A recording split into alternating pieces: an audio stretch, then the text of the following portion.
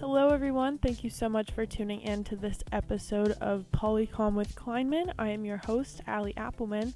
For today's episode, I decided to speak with Dr. Zach Stiegler, a faculty member of the Communications Media Department at IUP, and also the faculty advisor for WIUP 90.1 FM, IUP's very own student-run radio station. During my undergraduate studies, I took a media law and policy course taught by Dr. Stiegler, so with his passion for radio and his experience in political communications, I thought he would be the perfect guy to talk to today. During our discussion, we touched on topics like the fairness doctrine, equal time rule, and just the effect that radio had on politics in general in the golden age of radio. So I hope you guys enjoyed today's episode, and thank you for tuning in with me.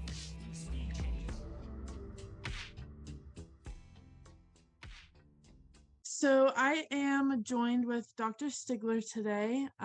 We are going to talk a little bit about the use of radio and political communication. So Dr. Stiegler, did you want to introduce yourself for listener reference? Sure. I'm Dr. Zach Stiegler. I've been at IUP since 2009. Have some research interest in media law and policy, and that makes this ripe for conversation. I also serve as the music director and a DJ at our college, our student-run radio station, WIUP 90.1 FM. So I work a lot with Dr. Stiegler, and I took his media law and policy class with him a few semesters ago. So I thought that he would be the perfect person to talk to today. I know we had a couple topics that we wanted to talk about. So did you want to kind of give a background of the fairness doctrine and the role it played in radio and political communications back then? Yeah, so the fairness doctrine, and we should distinguish between the fairness doctrine and the equal time rule.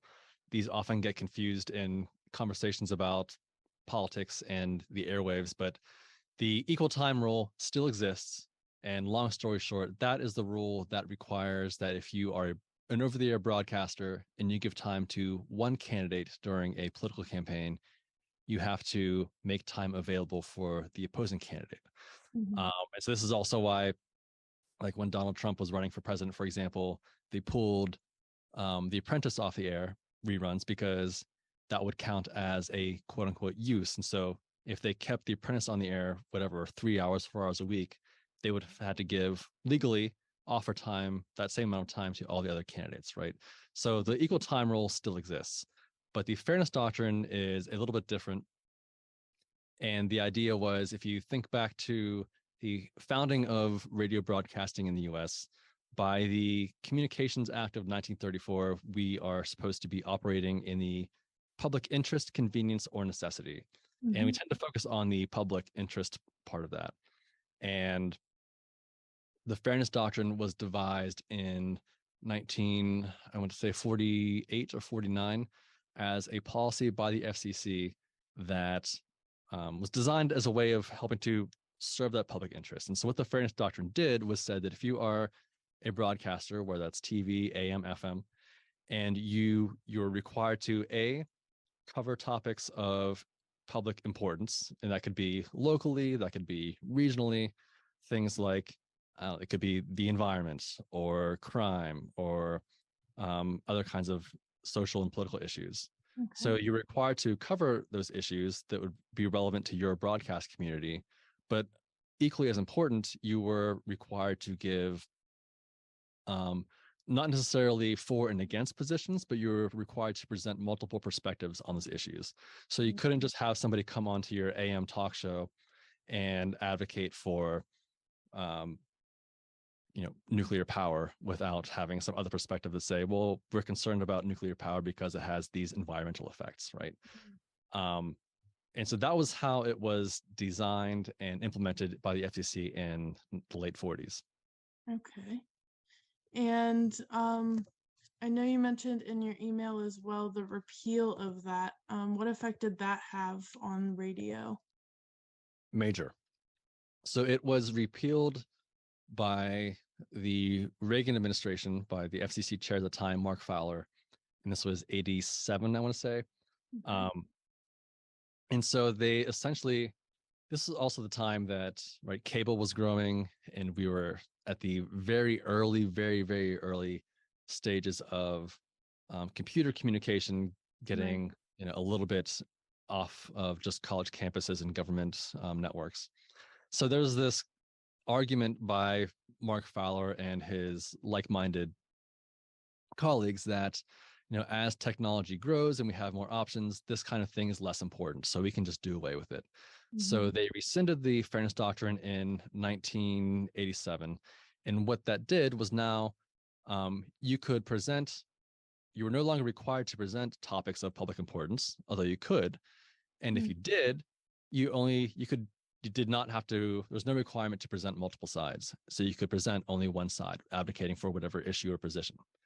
And what that did, so if you look at the repeal of the Fairness Doctrine in 1987 and what happens in the coming years with talk radio, that's when political talk radio really booms. And that's when you get things like, at the time, particularly Rush Limbaugh was the big, but you can have these political talk shows and political talents or commentators rather, that are very hard on, one side of the political spectrum, and, maybe playing with the facts a little bit, right?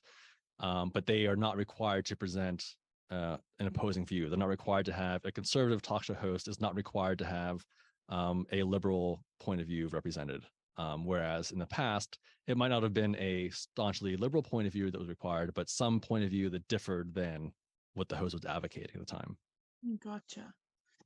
Yeah, so I was born in 2001. I'm about to be 22 this year. So obviously I grew up in a very technologically advanced world, and as much as I am a lover and how much I would die for radio, there is no denying that, it's not as powerful of an industry as it once was, or as useful, I would say, I guess, in politics now. So we're kind of seeing different formats of that, but kind of playing off of radio talk show format. So what would you say about, I would say podcasting is a big one. It's kind of taking that same format, just putting it on a different media site. So we still obviously have radio shows like we air on WIEP, like Democracy Now! Or Counterspin. Did you want to talk a little bit more of the radio talk format?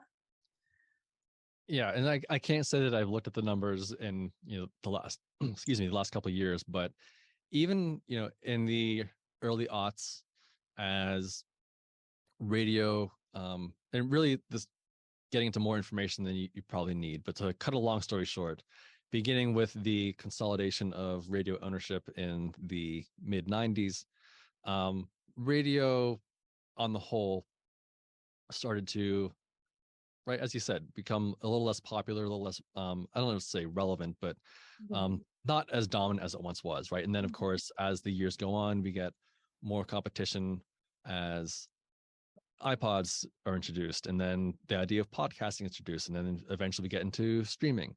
And so there are all these other audio options available, and many of them on demand, right, which allow people to get the content they want when they want it, as opposed to if you want to listen to whatever Rush Limbaugh, you have to listen to this time of day on the station.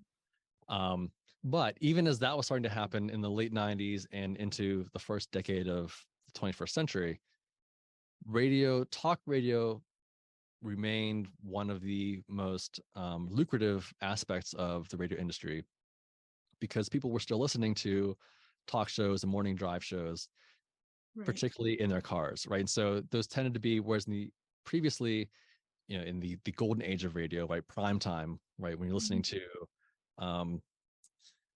Dragnet or whatever in the 40s, right, prime time was, as we think of it today, it was like the evening hours.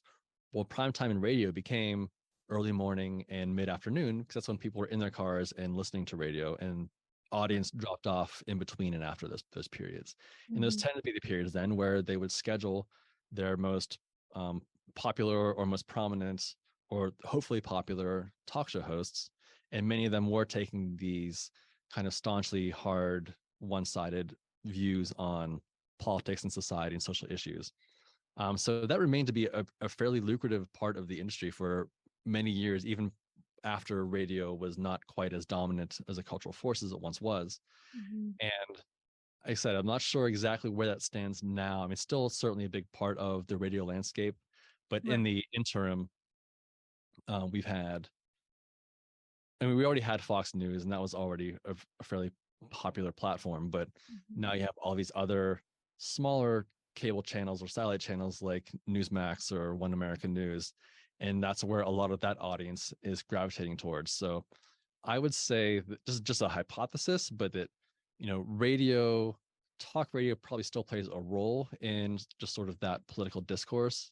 But I would say that more of it is probably being generated by cable and satellite TV stations, and then just how that is relayed on social media, either by those sources, but then certainly by the viewers, listeners, and communities around those hosts or those programs or those networks, where that kind of information just spreads and spreads and spreads. Right. Yeah, absolutely. Well, thank you. Before we wrap up, do you have anything else that you wanted to add about radio and political communications? I mean, I could go into a whole history here, but I mean, you could just say that the history of radio runs alongside the history of political communications. I mean, going back to things like FDR's fireside chats and political debates on the radio, and going back to thinking of even like the Kennedy-Nixon debates. So radio, it has always been kind of a central part of the political discourse and political events. It's just that as TV became more prominent, and then now all the digital services become more prominent, it's not in first place anymore, right? So, but it's still out there.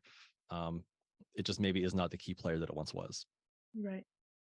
All right. Well, thank you so much for joining me on my podcast episode today. I had a lovely time chatting with you about our favorite thing, our world of radio. So thank you very much for joining me today. My pleasure.